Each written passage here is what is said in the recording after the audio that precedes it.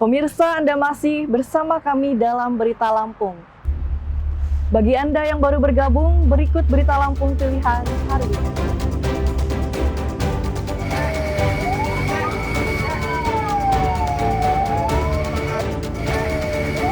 Kebakaran di Panjang, Bandar Lampung meludeskan 2 gudang dan 3 rumah.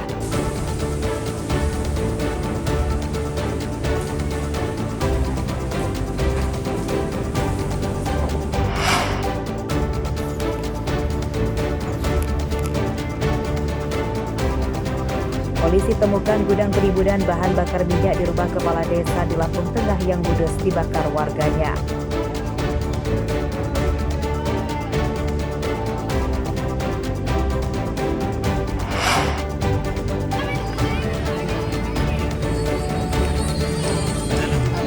Warga Waikanan menggelar tradisi sedekah bumi sebagai ungkapan hasil panen melimpah.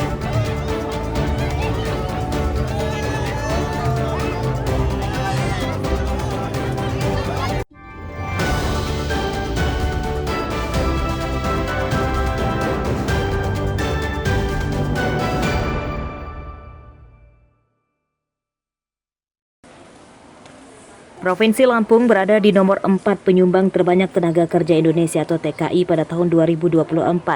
Nomor 1 diduduki Provinsi Jawa Timur, kemudian nomor 2 Jawa Barat, dan nomor urut 3 adalah Nusa Tenggara Barat. Jumlah TKI atau tenaga migran Indonesia yang tercatat tersebut hanya untuk mereka yang berangkat melalui jalur resmi atau legal. Sedangkan jumlah tenaga migran ilegal diperkirakan juga sangat banyak. Data itu disampaikan oleh Menteri Pemberdayaan dan Perlindungan Migran Indonesia, Abdul Qadir Karding, saat memberikan kuliah umum di Universitas Lampung Selasa pagi. Abdul Qadir mengajak mahasiswa berperan aktif sebagai agen edukasi guna memberikan pemahaman yang benar kepada para calon pekerja migran Indonesia.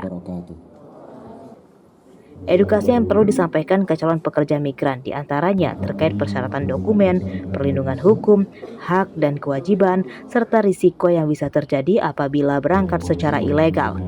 Dengan rektor Unila dalam berbagai bidang tata kelola perlindungan pekerja migran Indonesia. Yang pertama di sektor perlindungan, bagaimana kita mendorong Universitas Lampung ini ikut melakukan edukasi ke masyarakat. Pada tahun 2024, jumlah pekerja migran Indonesia asal Lampung mencapai 8.950 orang. Tujuan mereka diantaranya Malaysia, Arab Saudi, Korea Selatan, Taiwan, Jepang. Ada 2 negara lagi yang teranyar jadi tujuan TKI, yakni Kamboja dan Laos.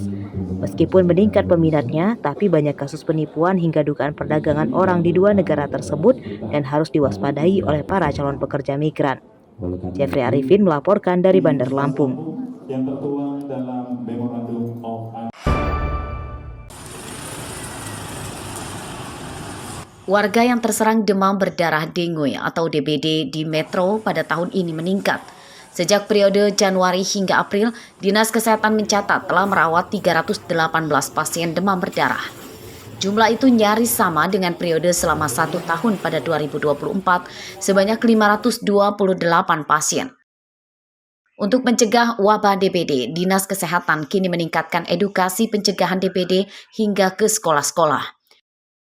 Para murid diberi edukasi mengenali jentik-jentik nyamuk, meningkatkan kebersihan lingkungan, dan diimbau tidak membiarkan adanya air di luar rumah dan sekolah tergenang karena bisa jadi sarang berkembang biaknya nyamuk demam berdarah. Terima kasih, kegiatan hari ini kegiatan pemberantasan sarang nyamuk serentak di 22 kelurahan. Hari ini pas di Kelurahan Metro, tepatnya di Plasanti, kita bersama Pak Wali. Pak Wali mengadakan kegiatan ini edukasi kepada masyarakat. Tujuannya adalah untuk memberikan informasi pendidikan tentang pentingnya mencegah demam berdarah. Kasus di Kota Metro tinggi sekali. Ada 735 kasus di 2024. Nah, di Plasanti, Kelurahan Metro itu ada 32 kasus. Makanya Pak Wali tadi ke sini alhamdulillah dan mau juga berkunjung ke rumah warga untuk memberikan edukasi. Karena demam berdarah ini tanpa partisipasi masyarakat tidak akan mungkin berhasil. Ya, pemerintah hanya memfasilitasi ya, tapi masyarakat sendiri yang melakukan kerja untuk pemberantasan sarang nyamuk. Sementara itu berdasarkan data Dinas Kesehatan Lampung, pada tahun ini jumlah pasien demam berdarah meningkat dibanding tahun lalu. Selama 4 bulan terakhir tercatat sebanyak 2.709 pasien DBD dirawat di rumah sakit dan puskesmas. Kasus DBD terbanyak terjadi pada bulan Februari lalu hingga menyebabkan 11 orang meninggal dunia. Asep Saifullah melaporkan dari Metro.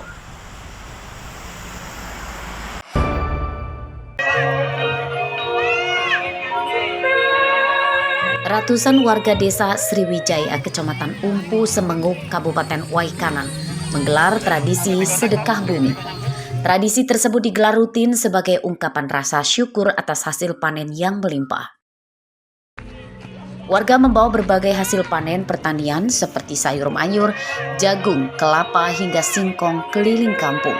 Sang kepala desa sebagai simbol pemimpin mereka juga turut ditandu bagaikan raja karena telah membawa kesejahteraan bagi warganya. Kemeriahan bertambah setelah gunungan sayur mayur dan hasil pertanian selesai dibawa keliling desa. Gunungan sayur mayur itu kemudian diperebutkan oleh warga. Ya, saling dilempar nggak apa-apa. Usai pawai keliling kampung, warga, tokoh agama, dan pamong desa kemudian menggelar kenduri atau selamatan di masjid. Mereka berdoa desanya terbebas dari bencana alam supaya hasil pertanian mereka tetap melimpah. Ardio Haba melaporkan dari Waikanan.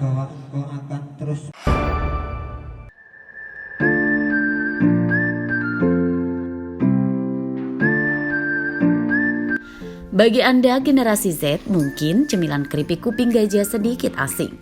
Namun siapa menyangka jika keripik ini masuk jadi salah satu cemilan yang melegendaris di tanah air sebab sempat populer di era tahun 90-an. Cemilan ini tidak ketinggalan sebagai suguhan di meja ruang tamu saat lebaran. Nah, salah satu orang yang tetap memproduksi keripik kuping gajah adalah Umi Mahmudah, warga Kelurahan Keteguhan, Kecamatan Teluk Betung Timur, Bandar Lampung. Usaha warisan keluarganya ini sudah ada sejak tahun 1960 dan hingga kini masih tetap jaya. Omsetnya pun kini sekitar 3 juta rupiah per hari. Aduh, dari tahun kapan ya?